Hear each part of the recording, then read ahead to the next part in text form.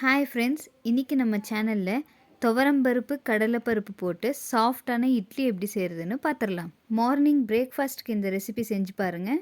எல்லோரும் கண்டிப்பாக விரும்பி சாப்பிடுவாங்க. வாங்க எப்படி செய்கிறதுன்னு ஸ்டெப் பை ஸ்டெப்பாக பார்த்துடலாம். கடலைப்பருப்பு, துவரம்பருப்பு, உளுந்து, அரிசி இது 4மே 1 கிளாஸ் அளவுக்கு எடுத்திருக்கோம். 2லிருந்து 3 மணி நேரம் போல் ஊற வச்சிடலாம்.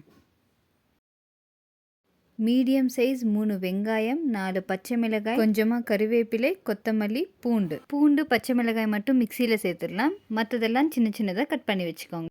மிக்சி ஜாரில் 1 ஸ்பூன் அளவுக்கு சீரகம், 2 ஸ்பூன் அளவுக்கு தனியா, கொஞ்சமாக மஞ்சத்தூள், தேவையான அளவுக்கு உப்பு, பச்சை மிளகாய், பூண்டு இது எல்லாத்தையும் சேர்த்து ஃபஸ்ட்டு நல்லா அரைச்சிட்டு அதுக்கப்புறம் ஊற வச்சிருக்கிற பருப்பையும் சேர்த்து அரைச்சிடலாம். நிறையா தண்ணி சேர்த்து அரைக்காதீங்க, கொஞ்சம் கெட்டியாக அரைச்சா தான் இட்லி நல்லா சாஃப்டாக வரும்.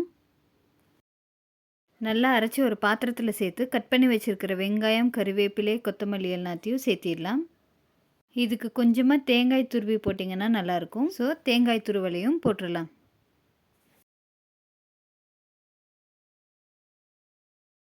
எல்லாத்தையும் நல்லா மிக்ஸ் பண்ணிவிடுங்க. உங்களுக்கு இதில் இட்லி செய்ய பிடிக்கலைன்னா இதை தட்டி வடை மாதிரி போட்டிங்கனாலும் நல்லாயிருக்கும்.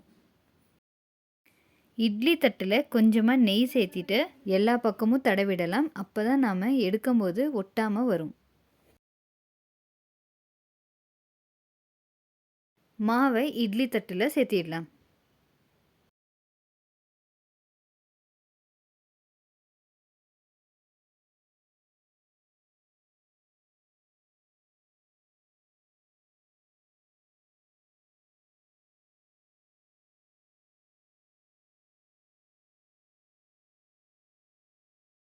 ஒரு 20லிருந்து 25 நிமிஷம் போல் வேக வைங்க. இந்த இட்லிக்கு தேங்காய் சட்னி நெய் வச்சு சாப்பிட்டிங்கன்னா ரொம்ப நல்லாயிருக்கும். பாருங்கள் எவ்வளோ சாஃப்டாக வந்திருக்குன்னு. நம்ம சோடா எதுவுமே யூஸ் பண்ணலை, யூஸ் பண்ணாமே இவ்வளோ சாஃப்டாக இருக்குது.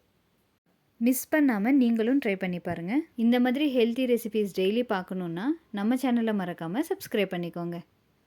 நாளைக்கு இன்னொரு சூப்பரான ரெசிபீஸோடு சந்திக்கலாம்.